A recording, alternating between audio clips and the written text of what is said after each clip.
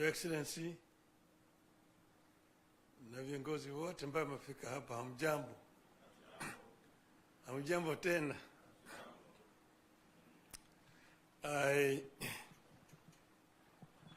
Now I'm delighted to be back home.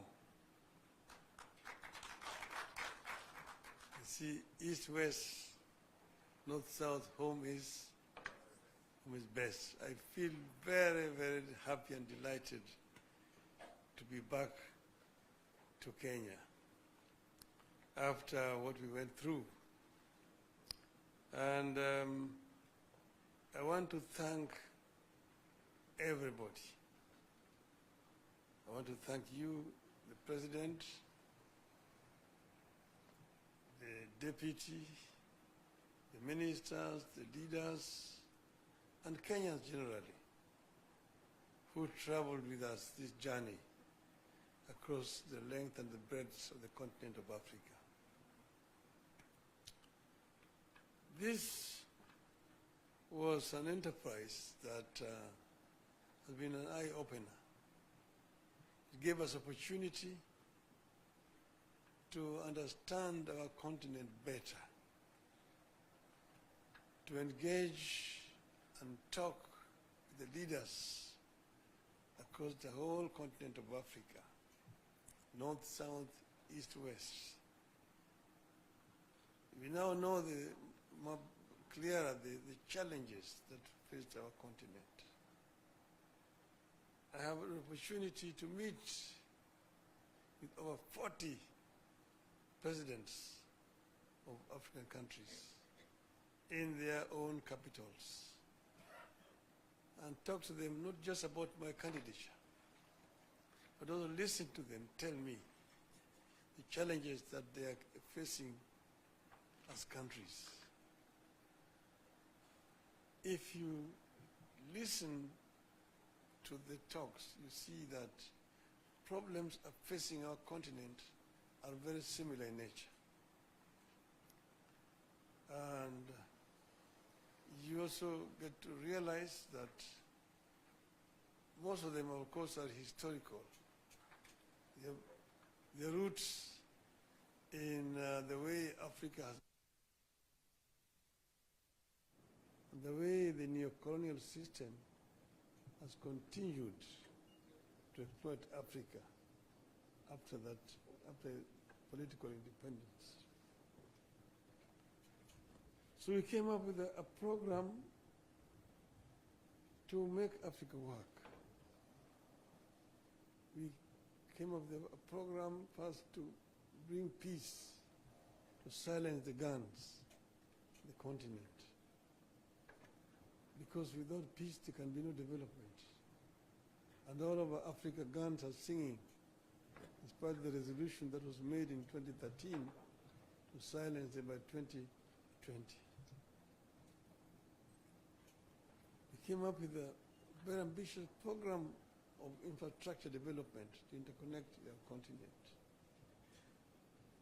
We also came up with a program of how to tackle the issue of climate change.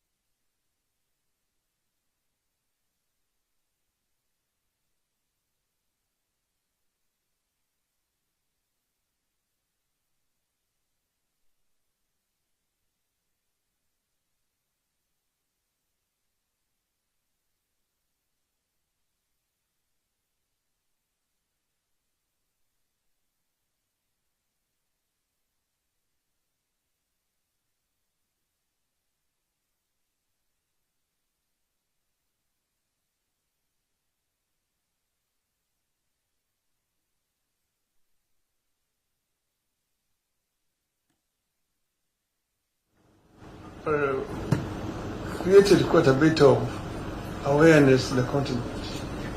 And I'm very grateful for the reception that I received throughout the continent.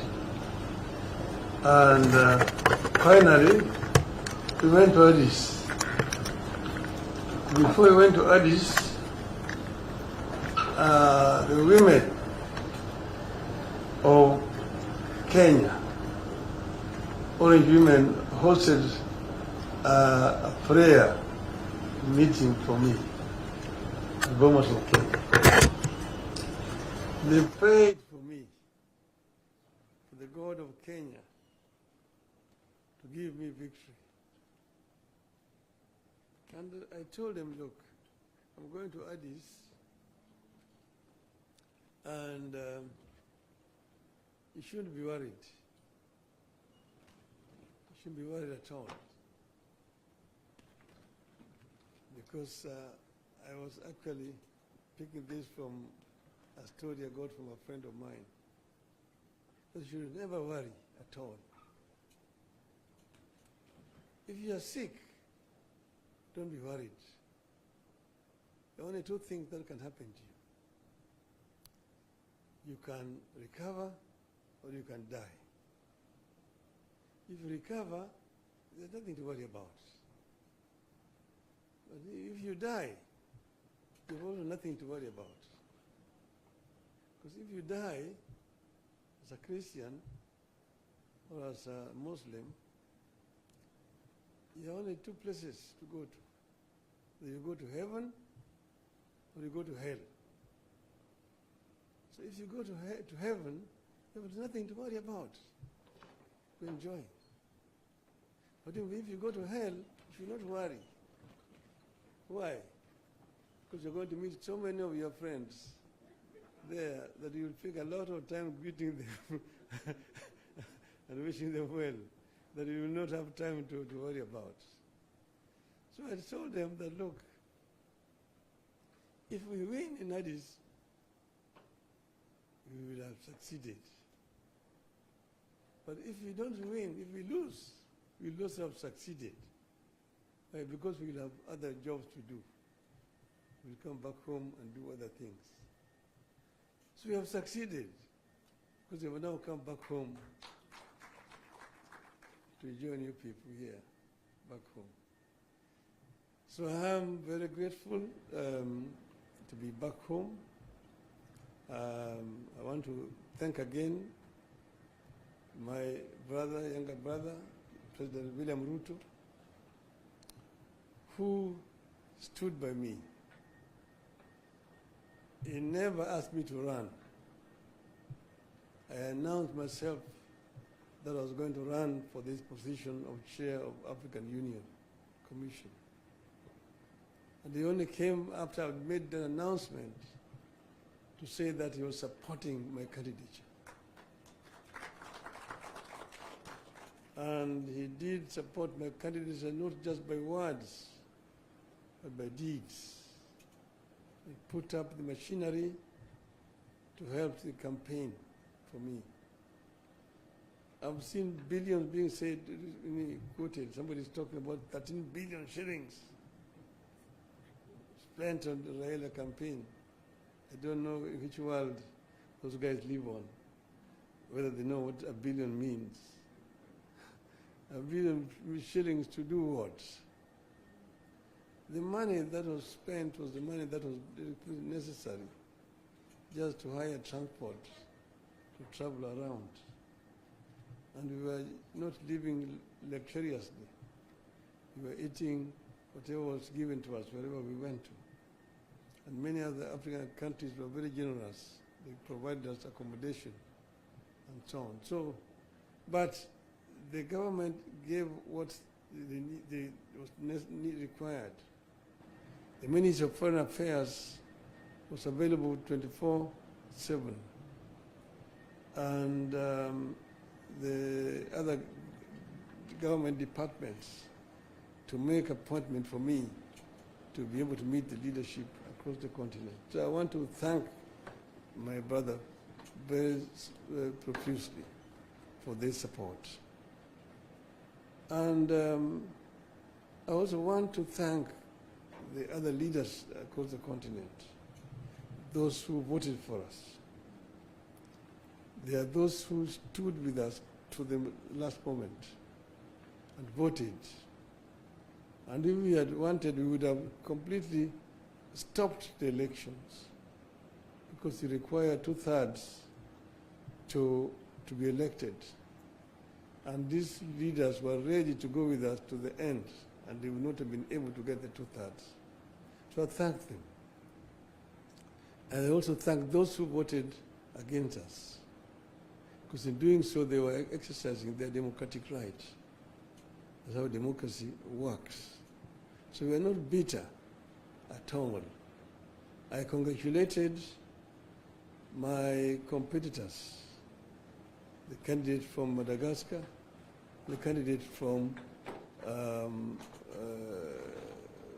Djibouti, who eventually won, and wish him well, indeed.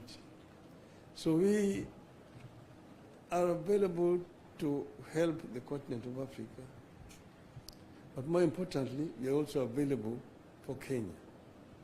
I'm back home here. I'm going to meet with my friends, my supporters, and I'm going to consult widely what's going on forward. And in due course, we're going to announce our way forward. So we'll give a way forward very, very shortly.